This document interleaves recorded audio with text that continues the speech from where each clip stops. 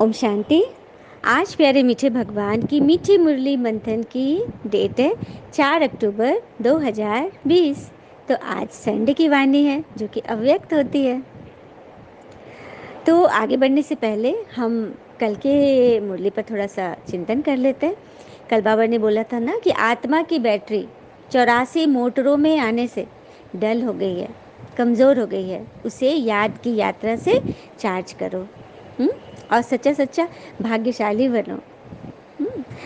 और प्रत्यक्ष प्रमाण दो, परमात्मा स्नेह का, परमात्मा कृपा का प्रत्यक्ष प्रमाण देने वाले माया प्रूफ बनो। और अटेंशन रूपी पहरेदार सही रहे तो अतीन्द्रिय सुख का आनंद मिलता रहेगा, कोई लूट नहीं सकेगा, है ना। तो चलिए, आज बाबा ने क्या रूह रिहान किया। आज की टाइटल है भगवान की रूह रिहान अपने बच्चों से। रूह रिहान मतलब बाबा की बातें बच्चों से। तो आज भगवान चारों ओर के बच्चों को देख हर्षित हो रहे हैं कि ये सभी बच्चे विशेष आत्माएं हैं, तभी तो बाबा के बने हैं। सबसे बड़ी विशेषता तो बाबा यह बोलते हैं, क्योंकि कई आत्माएं कहते हैं कि हमसे योग नहीं होता, धारणाएं नहीं होती, कुछ भी नहीं होता, लेकिन फिर भी बाबा उस बच्चे को भी दुलार करते हैं, क्योंकि उसने साधारण रीति से भी आए हुए भगवान को पहचान लिया। जो कि बड़े बड़े साइंटिस्ट, मिनिस्टर्स, वीआईपीज, हाँ, काफ़ी अमीर लोग भी भगवान को नहीं पहचान सके, लेकिन साधारण गरीब लोग, सीधे सच्चे लोग भगवान को पहचान लिए। ये कितनी बड़ी विशेषता है ना। तो बाबा अपने विशेष बच्चों को देख रहे हैं। थोड़े समय में चारों ओर के भिन्न भिन्न रीति रस्म व मान्यता होते हुए भी एक मान्यता के एक मत वाले बन गए ना। बाबा कह रहे देखो, जितने ज़्यादा बच्चे होंगे, क्योंकि देश विदेश के बच्चे हैं ना, बाबा के बच्चे खाली इंडिया में थोड़ी ना होंगे, सभी जगह, क्योंकि आत्माएं तो सभी जगह हैं। तो हर एक जगह से, हर एक कंट्री से आए हुए बच्चे भिन्न भिन्न रीति रस्म मान्यता होते हुए भी अभी सब एक मत वाले बन गए। भगवान विशेष दो मेजॉरिटी को देख रहे हैं, विशेषताएं रूप में देख रहे हैं। एक तो स्नेह के संबंध में बहुत जल्दी बंध जाते हैं, हाँ, ईश्वरीय परिवार का बनने में, पिता का बनने में अच्छा सहयोग देते हैं। तो एक स्नेह में आने की विशेषता, दूसरा स्नेह के कारण परिवर्तन शक्ति सहज प्रैक्टिकल में लाया। मतलब पहली विशेषता है कि स्नेह ही है, हर किसी के साथ अच्छे से बात कर रहे हैं। मतलब किसी के साथ भी मिलो तो नहीं लगेगा कि हम पहली बार मिल रहे हैं। आप किसी को बिना देखे भी फ़ोन से भी बातें करो तो बिल्कुल ही नहीं लगेगा कि हम तो पहली बार मिल रहे हैं, लगेगा कि हम तो बार बार मिले हुए हैं। तो पहला तो स्नेह की विशेषता, और दूसरा स्नेह के कारण परिवर्तन शक्ति भी तीव्र हो जाती है। मतलब जब स्नेही बनते थे, सामने वाले से जब सुन रहे हैं, उनके प्रति स्नेह है, तो उनकी बातों का हम पे असर होता है। हाँ, कल भी बाबा ने बोला था ना कि अपने आप को कुछ भी सुना रहे हो किसी को तो अपनी अवस्था ठीक रखो कि हम घर में कैसे रहते हैं, नहीं तो दिल खाएगा ना। तो योग बहुत इम्पोर्टेंट है, योग रहेगा तो भी बातों की तीर लगेगी। और स्व परिवर्तन और साथ साथ हम जिन्स के परिवर्तन में अच्छी लगन से आगे बढ़ रहे हो। मतलब अपने हम जिन्स, क्योंकि हम ही सभी आत्माएं आपस में हो गए हम जिन्स, तो सभी आपस में साथ साथ बढ़ रहे हैं। कितनी बड़ी बात है ना। फिर बाबा कह रहे हैं कि सभी अपनी अपनी चेकिंग करो, अपने रिजल्ट देखो। हाँ, अव्यक्त रूप के मिलन में समय की हद नहीं है, साकार रूप में भले हद है। ब्रह्मा बाबा जब साकार रूप में थे, मतलब शरीर में थे, 1969 के पहले, तो शिव बाबा उन पे सदा 24 घंटे नहीं रहते थे। भगवान आते थे, देखो लोगों को फील हो जाती थी कि अब भगवान आ गए इनके तन में, क्योंकि इस वक्त एकदम गंभीर हो जाते थे और बहुत गुहे गुहे बातें बोलने लगते थे। तो सबको लगता था कि अरे अब तो भगवान आए हुए, सब अलर्ट हो जाते थे। लेकिन फिर जब बाबा चले जाते थे तो ब्रह्मा बाबा नॉर्मल हो जाते थे, मनुष्य की तरह, जैसे जनरल होते हैं।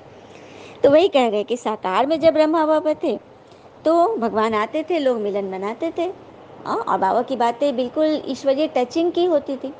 तो सब सामने से कुछ बात पूछते थे, बाबा बताते थे, तो इजी था। लेकिन अभी तो ब्रह्मा बाबा है नहीं, वो तो अव्यक्त हो गए, शरीर छूट गया उनका। तो अब अव्यक्त रूप से हमें उनसे मिलन बनाना पड़ता है। तो हद में, तो जब साकार में थे तो हद हो गया, जब ब्रह्मा बाबा से मिलेंगे तभी तो जानेंगे, मतलब मधुबन जाएंगे, मिलेंगे, तभी तो उनसे प्रश्न करेंगे। हाँ, उस वक्त तो फ़ोन वगैरह की भी सुविधा नहीं थी। लेकिन अब जब बाबा अव्यक्त हो गए, बाप दादा अब कंबाइंड हो गए, पहले तो शिव बाबा आते जाते रहते थे, लेकिन अब अव्यक्त वतन में शिव बाबा और बाबा ब्रह्मा बाबा और भगवान दोनों एकदम कंबाइंड रूप में साथ साथ रह रहे हैं। तो अब बाबा के ये बताना चाह रहे कि हद में जब थे, मैं शरीर में था, तो तुम्हारा आना पहुंचाना मतलब मिलना थोड़ा हद में हो गया। मतलब तुम अपनी इच्छा से मतलब जब चाहो तब नहीं मिल सकते थे, लेकिन अव्यक्त जब मैं हो गया हूँ तो मैं तो पूरे समाज में फैल गया, पूरे विश्व में हूँ। तो तुम कभी भी मुझसे मिलन मना सकते हो, मुझसे बात कर सकते हो, क्योंकि भगवान जैसे निराकार है तो दादा भी निराकार हो गए। हाँ, अव्यक्त हो गए ना, शरीर छूट गया तो आत्मा रूप में ही हो गए वो भी। तो ये बाबा इसको क्लियर कर रहे हैं कि जब बेहद में आ जाओगे ना, अव्यक्त रूप से मिलन, तुम जहाँ मन तहाँ मिला सकते हो, कहीं भी तुम उनसे प्रश्न के हल ले सकते हो, लेकिन उसके लिए योग जरूरी है। फिर बाबा कहते हैं कि भिन्न रस्म रिवाज होते हुए भी दृढ़ संकल्प से प्रकृति अच्छी कर रहे हो। मेजॉरिटी उमंग उत्साह में चल रहे हैं, कोई कोई खेल दिखाने वाले भी होते हैं, लेकिन रिजल्ट में यह अंतर देखा कि अगले वर्ष तक कंफ्यूज हो गए।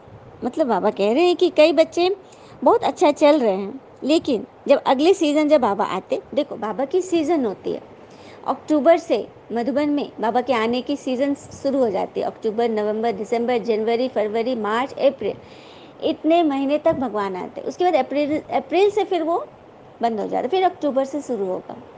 तो ये सीज़न है जो बाबा ही बोल रहे हैं ना कि सीज़न ख़त्म होने पर फिर जैसे कि हम हर साल मिल रहे हैं, पढ़ रहे हैं बाबा से, तो फ्रेशनेस है, ज्ञान की रिवीजन चल रही है। लेकिन जब बाबा फिर कुछ मतलब देखो, स्कूल में भी पढ़ाई हो जाती है तो टीचर से संबंध टूट जाता है ना। टीचर कहता है कि अब घर में रहकर पढ़ो, तो बाबा पढ़ा करके चले जाते हैं, कहते हैं कि जो जो मैंने पढ़ाया उसको रिवीजन करो, धारणा करो, फिर मैं जब आऊँगा अगले साल तो तुम्हारी चेकिंग करूँगा, रिजल्ट देखूँगा। तो यही बाबा कह रहे हैं, हाँ, कि बच्चे फिर आगे चलकर कंफ्यूज हो जाते हैं। तो अभी तो सेवा बहुत होनी है, तो सिर्फ अपने लिए शक्तियाँ जमा करने का समय नहीं है, लेकिन अपने के साथ औरों के प्रति भी शक्तियाँ जमा करो, औरों को भी सहयोग दो। सिर्फ सहयोग लेने वाले नहीं, लेकिन देने वाले बनो, पापा कह रहे हैं। हाँ, तो किस तरह से हम सहयोग देंगे, एक दूसरे के साथ संस्कार मिलान कैसे करेंगे। संस्कार मिलाने पर ही तो रास लीला सबने सुना होगा, श्री कृष्ण और गोपिकाओं की रास लीलाएं होती थी, जो सभी गोपिका ये फील करती थी कि कृष्ण जी तो मेरे साथ डांस कर रहे हैं।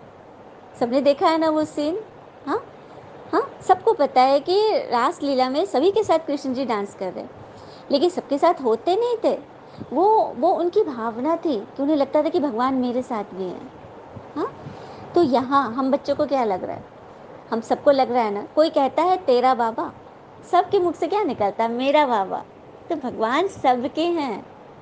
और जब हम सहयोग, देखो गोपिकाएं लोग जब एक दूसरे के साथ संस्कार मिलान कर ली, सब एक जैसे हो गए, तब तो ईश्वरीय साथ मिल रहा है। सतयुग में आगे कृष्ण के साथ रास रचा रहे, खेल रहे हैं, झूला झूल रहे हैं। नहीं तो क्या होगा, यदि संस्कार मिलान नहीं करेंगे, अपने अपने सब करेंगे, तो फिर त्रेता युग तक ही रह जाएंगे, क्योंकि श्री कृष्ण और राम जी में यही फर्क है। हाँ, राम जी के साथ ज़्यादा स्त्रियों को नहीं देखा गया है, मतलब ज़्यादा आत्माओं को उनके साथ नहीं देखा गया है, श्री कृष्ण के साथ देखा गया है, क्योंकि सभी चाहती थी। राम जी जब वर के रूप में जब जा रहे थे ना, तो सभी स्त्रियों के मन में था कि काश मुझे ऐसा वर मिले। हाँ, मैंने मतलब मेरे साथ इनका संग मिले, मैंने इनके सहयोग से हम भी पले बढ़े। तो राम जी ने उन्हें आशीर्वाद दिया था कि जब मतलब सतयुग में श्री कृष्ण के रूप में मैं तुम सबकी मनोकामना पूरा करूँगा। तो उन गोपियों ने फिर एक दूसरे के साथ संस्कार मिलाया, जब समान हो गए ना, और ईश्वरीय श्रीमत पे मतलब एक मतलब उनके जैसा सब बनने लगे, तभी फिर सतयुग में रास रचा है। मतलब सतयुग स्वर्ग में हम तभी आएंगे जब संस्कार मिला लेंगे आपस में भगवान के जैसे। आगे बात समझ में। तो ये बोल रहे हैं, एक दो को सहयोगी सिर्फ बनना नहीं, बनाना भी है। हाँ, अपनी कमजोरी तो छोड़ना ही है, दूसरे को भी शक्तिशाली बनाना है। तो यह दृढ़ संकल्प सदा के लिए इमर्ज हो। फिर आगे बाबा बोल रहे कि सभी को यह खुशी है ना कि वैरायटी होते हुए भी हम एक के बन गए। मतलब वैरायटी धर्मों के होते हुए भी हम एक धर्म में आ गए, सनातन धर्म की छतरी के नीचे आ गए।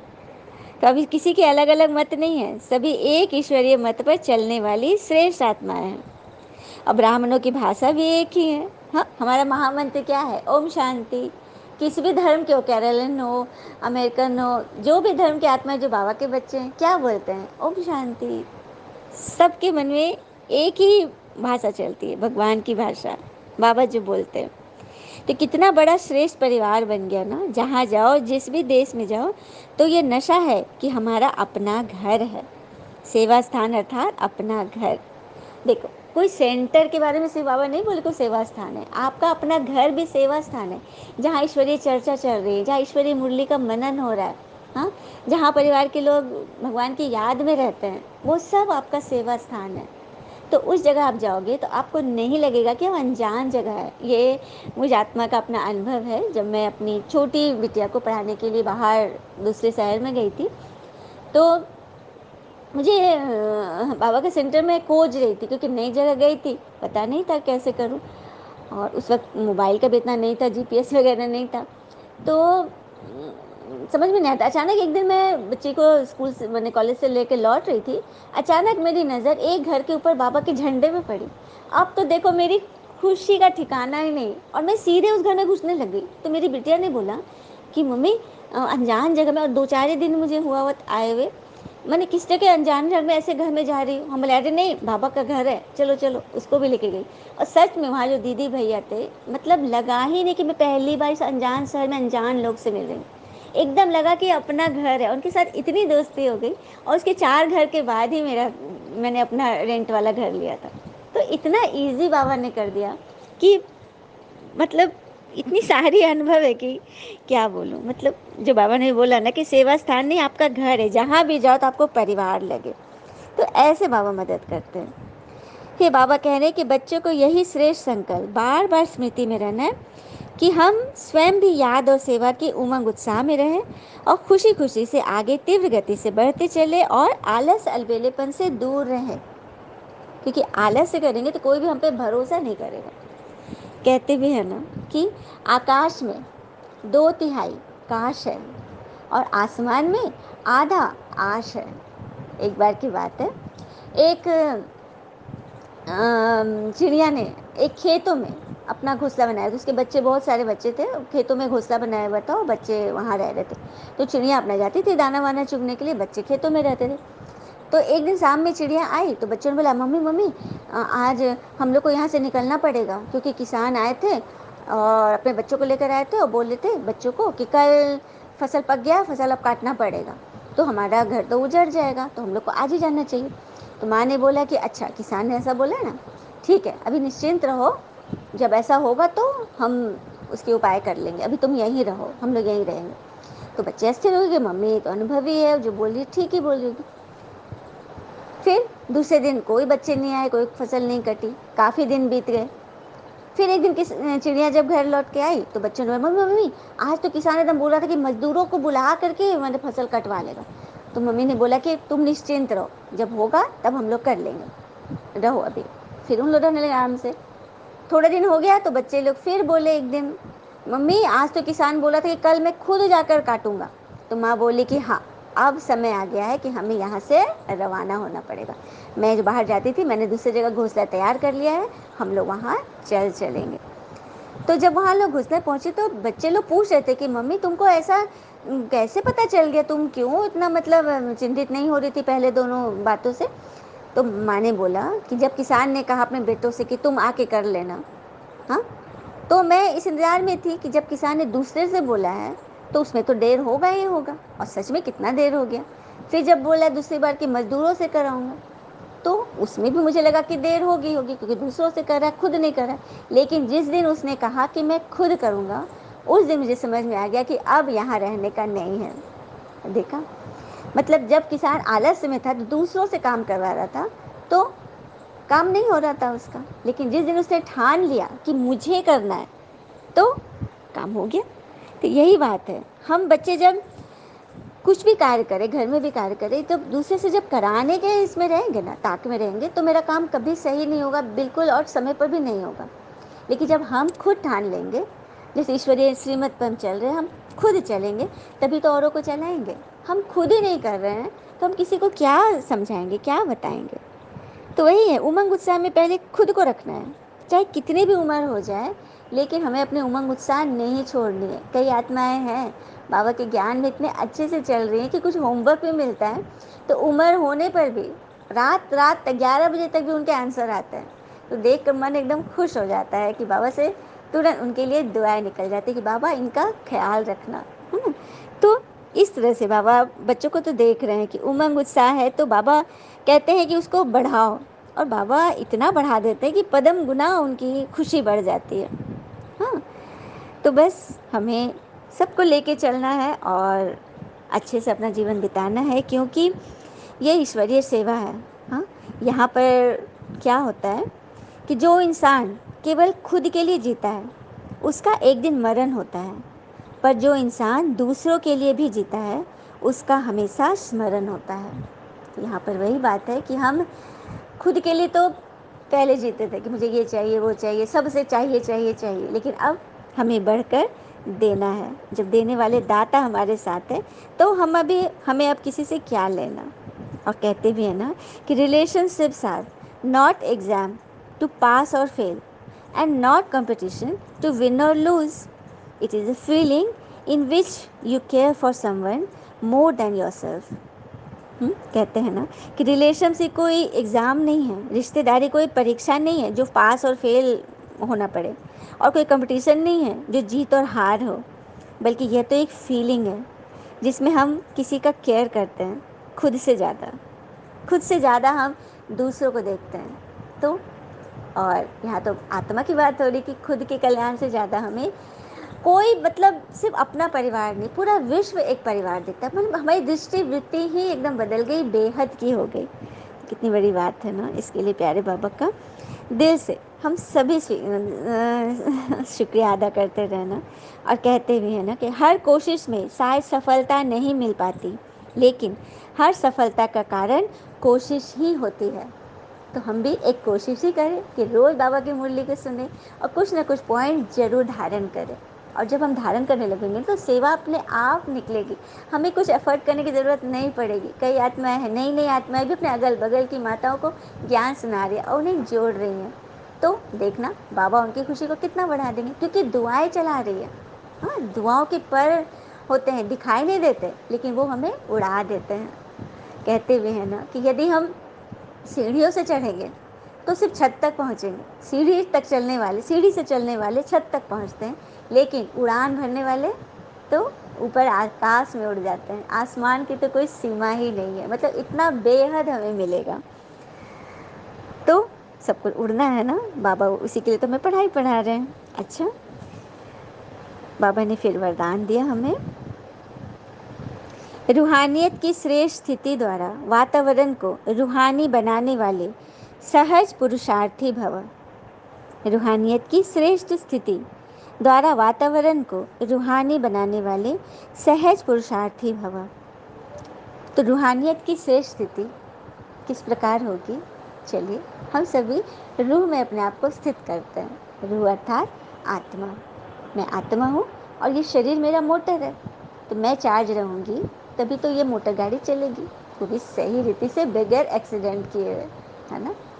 चलिए सभी आराम से बैठ जाते हैं, बिल्कुल शांत चित अवस्था में। मैं आत्मा एकदम ध्यान से बाबा की मुरली सुन रही थी।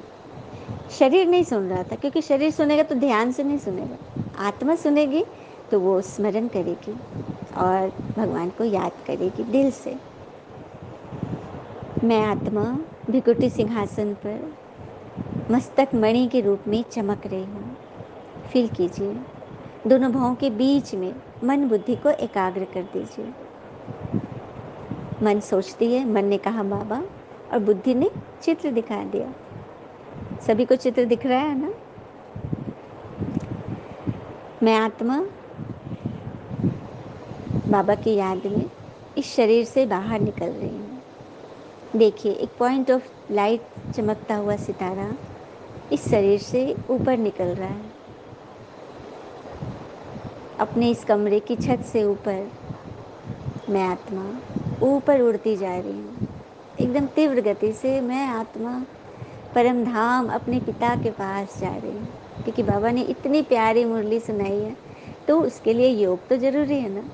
मैं बाबा से योग करूँगी तो ये पॉइंट मुझे धारण हो जाएंगे। इस विचार से मैं परम धाम पहुँच गई। देखिए, वहाँ लाल सुनहरा वतन है, पूरा आकाश जैसे नीला नीला देखते हैं ना हम यहाँ धरती पर, ऊपर परम धाम में लाल सुनहरा रंग का पूरा वतन है, और सामने मेरे भगवान, मेरे शिव बाबा, मेरे माता, मेरी भाई बहन सखा, जो भी जिस रूप में भगवान को याद करें, बाबा हमारे सामने है। वो भगवान जिसे दुनिया आज तक ढूंढ रही है, नहीं पहचान पाई। बाबा ने इसीलिए हमें विशेष बच्चा बोला, क्योंकि हम साधारण रीति से भी, इन साधारण आंखों से भी उस असाधारण भगवान को पहचान लें। कितनी बड़ी विशेषता है ना।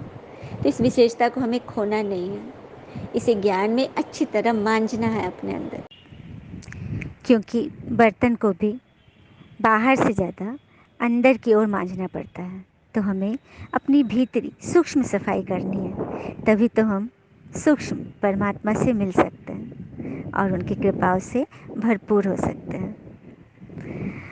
बाबा ने अपनी पूरी शक्ति हम पे उड़ेल दी है और हम शक्तिशाली बनकर बाबा से वरदान ले रहे हैं। रूहानियत की श्रेष्ठ स्थिति द्वारा वातावरण को रूहानी बनाने वाले सहज पुरुषार्थी भव। रूहानियत की स्थिति द्वारा अपने सेवा केंद्र का ऐसा रूहानी वातावरण बनाओ जिससे स्वयं की और आने वाली आत्माओं की सहज उन्नति हो सके। यहाँ पर सेवा केंद्र कोई सेंटर व आश्रम की बात नहीं, हमारा घर ही एक सेवा केंद्र है, जहाँ बाबा के सेवाधारी बच्चे रहते हैं। तो जहाँ सेवाधारी, तो वो तो सेवा केंद्र ऑटोमेटिक हो गया। तो हमारा हर एक घर, बाबा ने तो आगे की मुरली में के लिए बता दिया है, आगे भविष्य में क्या होने वाला है। हर एक घर में, जैसे आज भी कोई भी धर्म की आत्मा हो, उनके घर में एक इबादत स्थल होता है। अपने ईष्ट देव देवी, अपने अरदास जिनके करते हैं, जिनकी हम नमाज पढ़ते हैं, उनका एक कक्ष होता है, मतलब उनका एक स्थान होता है। इसीलिए आने वाले समय में हर एक घर में एक ब्राह्मण आत्मा ज़रूर होंगी, ये बाबा ने पहले ही क्लियर कर दिया है। तो हो गए ना, सभी घर सेवा केंद्र बनेंगे। हाँ, तो ऐसा वातावरण बनाना है ना, आत्मीयता का वातावरण, जहाँ कोई शरीरधारी नहीं, सभी आत्माएं रहते हैं। आत्माएं रहने का अर्थ है कि प्रेम, सुख, शांति, आनंद, शक्ति, ज्ञान, पवित्रता में रहना। आत्मा का निज गुण ही, सबसे पहला गुण है शांति, शीतलता। जैसे जल का गुण है शीतलता, उसे कितना भी अग्नि में हम खौलाए, चूल्हे पर कितना भी खौलाए, लेकिन जब उसे उतार के रखा जाएगा तो धीरे धीरे, भले थोड़ा टाइम भी ले सकता है, लेकिन वास्तविक स्वरूप में जरूर आ जाएगा, शीतलता में। उसी तरह से आत्मा, मनुष्य कितना भी गुस्सा करता है, चिल्लाता है, लेकिन फिर धीरे धीरे अपने वास्तविक स्टेज में आ ही जाता है। शांति, शांति ही उसका स्वधर्म है। जब हम इसको योग के द्वारा प्रैक्टिस करेंगे ना, तो ये हमारी परसेंटेज बढ़ेगी और हम अशांति वाली परिस्थिति में भी शांत रह के विजयी बनेंगे। हाँ, कई आत्मा का अनुभव है कि कितनी बड़ी हुई पार्टी हुई थी, उसमें बहुत सारे हलचल की स्थिति आई थी, लेकिन उन्होंने अपने ज्ञान का प्रदर्शन किया, अपने बाबा के मतलब ज्ञान को झुकने नहीं दिया। ये कितनी बड़ी बात है। यही तो सच्चा विजय यही है। और माया यही पेपर लाके हमारी चेकिंग कर रही थी कि हम किस तरह से इस विकट परिस्थिति में हम अपने आप को कैसे संभाल लें। मतलब अशांति के चारों तरफ से मतलब बातें हो रही हैं, पोक किया जा रहा है, उसमें भी आप शांत रह जाओ और अपनी बात शांति से कहो, डंके की चोट पे। ये है ज्ञान का सच्चा रहस्य। इतनी बड़ी बात है ना। इसी से तो आत्माओं की सहज उन्नति होगी और कैसे भी वातावरण में हम एक्स्ट्रा सहयोग के द्वारा, ईश्वरीय एक्स्ट्रा सहयोग की प्राप्ति से हम औरों को भी भरपूर करेंगे। हाँ, सहज पुरुषार्थी बनो और बनाओ। हर एक आने वाली आत्मा अनुभव करे कि यह स्थान व यह आत्मा सहज ही उन्नति प्राप्त कराने का साधन मात्र है। मतलब इनके द्वारा भगवान हमारी उन्नति करा रहे हैं। हर एक आत्मा यह अनुभव करे, आपसे मिलकर, आपसे सुनकर, आपको देखकर, आपकी हलचल वाली परिस्थिति में भी अचल रहने वाली स्थिति को देखकर आत्माओं के मन में मतलब बाबा के प्रति जो प्रेम है, जो निश्चय है, जो श्रद्धा है, वो और ही बढ़ता चला जाए, है ना। स्लोगन है, वरदानी बन शुभ भावना और शुभ कामना का वरदान देते रहो। चाहे कैसी भी आत्मा है, देखो जो हमारे साथ मीठा व्यवहार कर रहे हैं उनके लिए तो शुभ भावना ऑटोमेटिक रहती है, कोई एफर्ट नहीं करना पड़ता ना। लेकिन एफर्ट कहाँ करना है, जहाँ कोई हमारे लिए नेगेटिव सोच रहा है, हाँ, हमारे बारे में बुरा सोच रहा है, उसके लिए शुभ भावना रखो। मतलब चलो वाणी से आपको बात करने का मन नहीं है, मत करो, लेकिन मन को दूषित मत होने दो उस आत्मा के प्रति। मन को आप अपने हिसाब से रखो। सामने वाले के पास अपना रिमोट मत दो कि उनकी वजह से मेरा मन गंदा हो गया। नहीं, अपने मन को भगवान के लिए क्लीन रखना है। तो शुभ भावना में रहेंगे तो हम हलचल में भी अचल रहेंगे, खुश रहेंगे, हमारी खुशी कहीं गायब नहीं होगी, है ना। तो यही तो बाबा हमें सिखा रहे हैं। सच्चा ज्ञान यही है कि हम किस तरह से अपने आप को पवित्र, सिर्फ भोजन से या शरीर से नहीं, मन से हम कितना पवित्र हैं। यदि हम मन से सुखी हैं ना, तो उसके बाद हम कुछ भी करें कोई फर्क नहीं पड़ता, क्योंकि मन सबसे बड़ी चीज़ है, सबसे बड़ी चाबी वही है जो हमारे तन को और धन को मतलब नियंत्रित करती है ना। तो बस मन को मन मना भव ईश्वर की याद में लगा दे, और हर कर्म करे, पार्टी करे, घूमे, बाहर जाए, सब कुछ करे, घर बार संभाले, बच्चे देखे, गेस्ट आए हैं उनकी देखभाल करे, लेकिन खुशी खुशी, है ना, ताकि उन आत्माओं को भी टचिंग हो। अच्छा, ओम शांति। शुक्र है मीठे बाबा, वो बाबा के प्यारे प्यारे बच्चे। थैंक यू बाबा। All is well always. ओम शांति।